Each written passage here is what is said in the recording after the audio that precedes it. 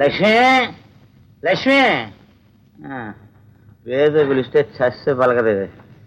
భార్యమణి, ఓ భార్య రత్నమా, రమ్ము రమ్ము, వేగము రమ్ము. Always late.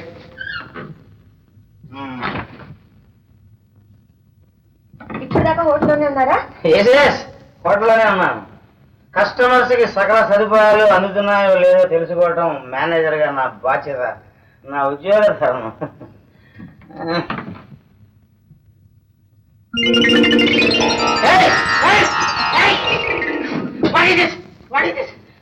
నా బాధ్యత. భారీగా మీ ఆరోగ్యాన్ని కాపాడటం నా ధర్మం.